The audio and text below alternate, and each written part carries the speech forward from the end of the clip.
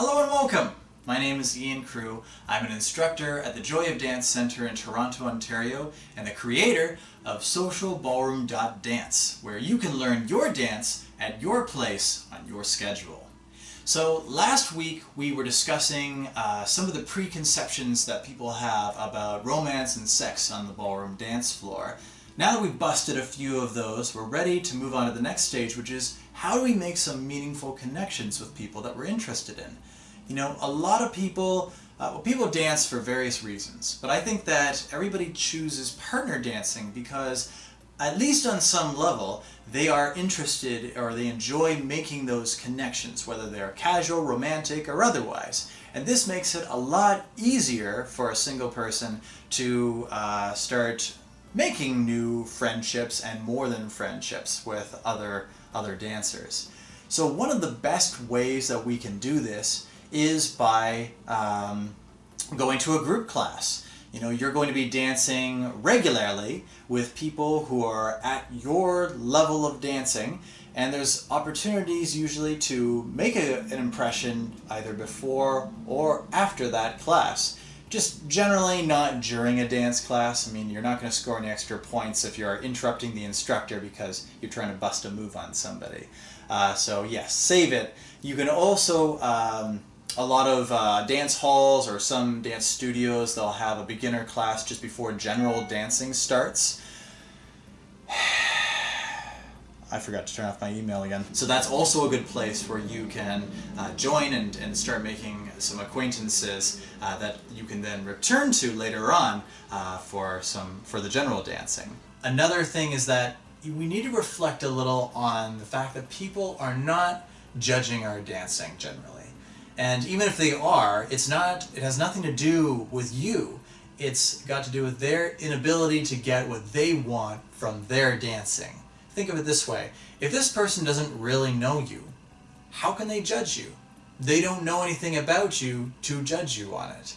So it's about them. It's about their perception of what's going on, and they're frustrated, but they don't really know you. So once you accept that, it's a lot easier to just relax and enjoy yourself and just be yourself, which of course makes it easier for you to make a good impression. Now, if you meet somebody at a club, you want to make sure that you're saving the conversation until after a dance. The two exceptions are if they start a conversation during the dance themselves, or if they're a very new, like if they're a beginner and they're not totally sure about their steps. If you ask a few questions and judge the reactions, often people like having their mind taken off of judging their own dancing because they're feeling intimidated by someone else. When we are talking to these people, it's good to ask questions and, more importantly, to listen to the answers, right? So just simple things like, how long have you been dancing for?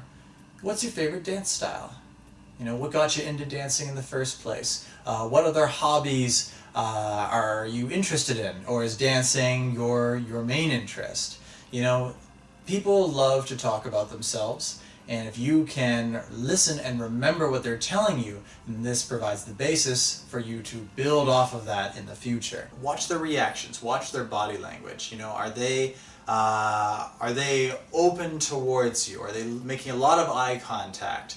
Are they making sure there's not a lot in between their torso and yours? You know, these are all very good signs that they're interested and they're engaged with what you're saying.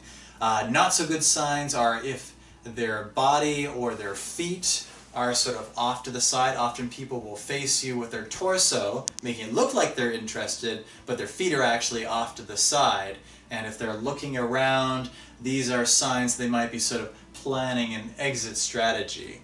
So not such a good sign. And if the arms are in front of them, maybe they've crossed their arms, or they're holding a drink or their purse or something else in front of them, it might mean that they're not entirely comfortable with you just yet. So it doesn't mean that it's game over, it just means that, you know, you might want to use a gentler approach, take your time in terms of getting to know them. If this is a group class, you might consider asking them out for a coffee afterwards. Maybe not asking them out, inviting them to join you for a coffee. This is actually done a fair bit. In fact, after a late night at a dance club or after a later group class, it's not uncommon for larger groups of people to go out to a nearby cafe or a bar to just hang out and reminisce and talk about some of the fun dances they had. In which case, just make sure that you're sitting closer to the person you're interested in so you can continue the conversation. Use some mental exercises so that you can remember their names, right? Like, for example, if I learn somebody's name, I like to repeat it back to them. Oh, your name's Sarah. Nice to meet you, Sarah. And that just helps it stick in my head just a little longer. In the meantime, I can find other ways, like I can connect the name with an interesting facial feature. Maybe they've got deep dimples, or they've got a long face, or they've got an interesting haircut, or some unique ear shapes. You can get as specific as you like, as long as it's something that's memorable for you. You can also rhyme their name with other imagery. For example, as kids in public school love to remind me, my name, Ian, actually rhymes rather well with P-in. And Ian Crew rhymes wonderfully with P and Pooh.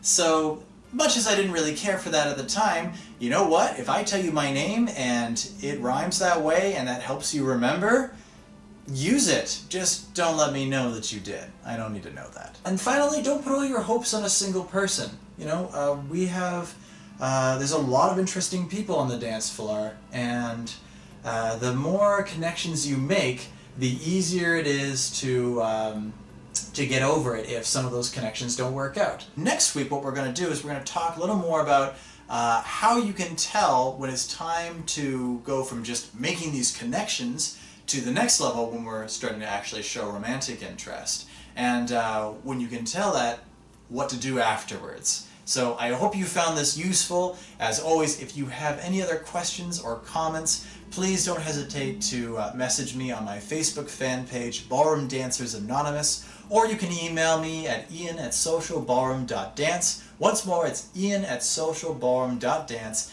I hope you found this helpful. Thank you once more for watching. I'll see you next week. And until then, happy dancing.